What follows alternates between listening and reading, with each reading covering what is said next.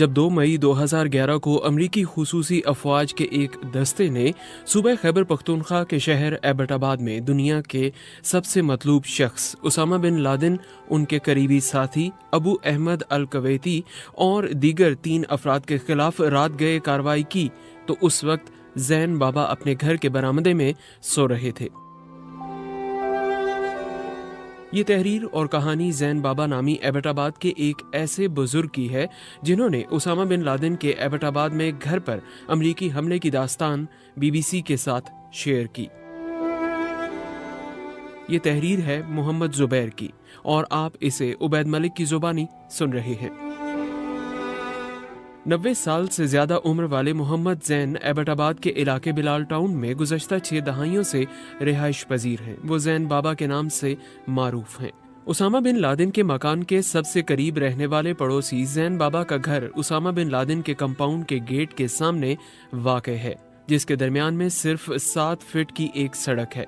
BBC से बात करते हुए जैन बाबा ने बताया कि उनकी यादाश्त अब कमजोर हो चुकी है, कुव्वत समात भी अच्छी नहीं है, लेकिन बहुत कुछ भूल जाने के बावजूद भी उन्हें 2 मई 2011 की रात का वाकया अच्छी तरह से याद है। जैन बाबा ने कहा कि मैं उस रात मामूल की तरह अपने घर के बरामदे में सोया हुआ था।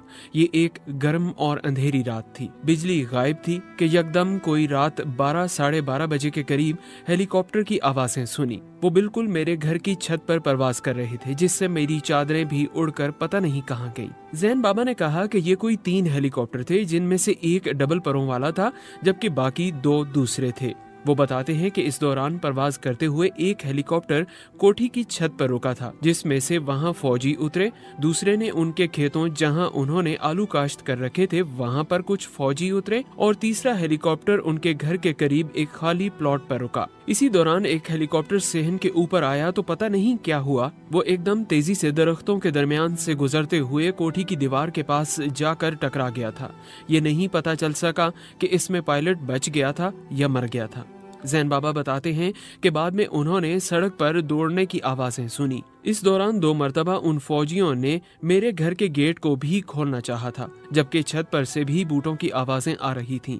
इस दौरान बकिया फौजियों ने कोठी का गेट खोलना और तोड़ना चाहा, मगर इसमें वो नाकाम रहे तो उन्होंने हैंड ग्रेनेड फेंक कर गेट को तोड़ा, जिसका एक टुकड़ा मेरे घर के बरामदे में भी आकर गिरा था, जो मैंने सुबह पाकिस्तानी हुक्काम के हवाले किया था।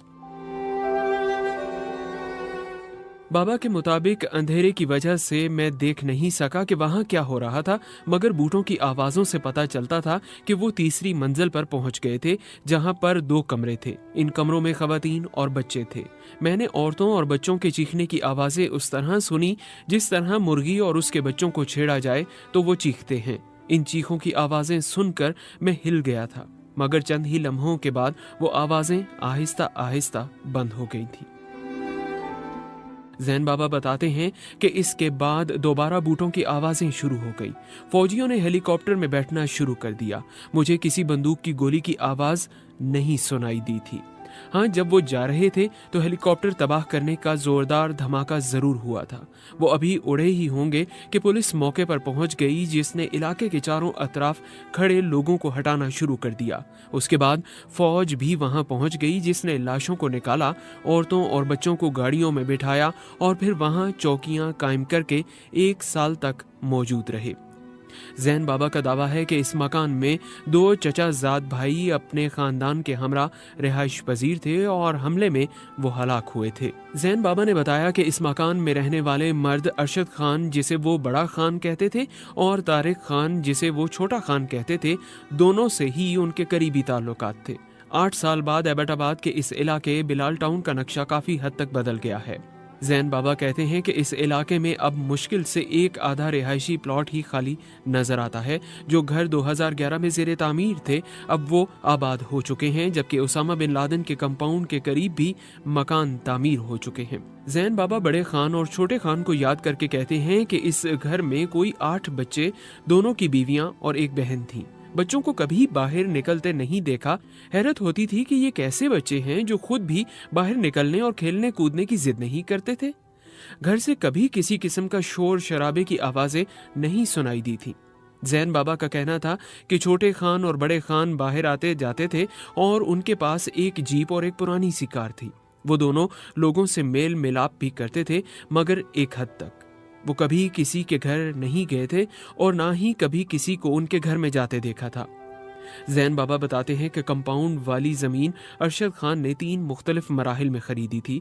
पहले 3 कनाल, फिर 13 मरले और फिर 3 कनाल ज़मीन खरीदी गई थी। कंपाउंड का मजमूई हुजम 6 कनाल 13 मरले का है, जिसमें ज़्यादातर इलाका खाली था और सिर्फ 5 मरले से कुछ ज़्यादा रकबे में तामीरात का काम किया गया था। जैन बाबा बताते हैं कि 2 मई 2011 के वाक़यात के अगले कुछ दिन वो अपने घर वालों के हमरा बिल्कुल महसूर हो गए थे, मगर उसके बाद हालात मामूल पर आ गए थे। जैन बाबा के मुताबिक हमें कोई आने जाने से नहीं रोकता था, मगर बाहर के किसी और आदमी को इस इलाके में आने जाने की इजाज़त नहीं दी जाती थी। अगले 1 साल जब तक कि कोठी गिराई नहीं गई, हमने बहुत मुश्किल से वक्त गुजारा।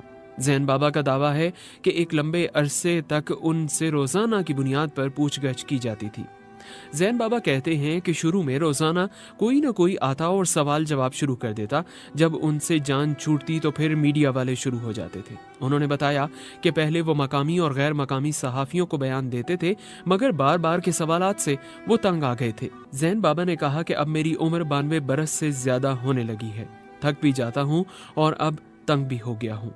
याद भी कम आ रहा है। 2 दिन से तुम्हारे साथ बात कर रहा हूँ, अब कुछ दिनों बाद आना तो कुछ और बताऊंगा।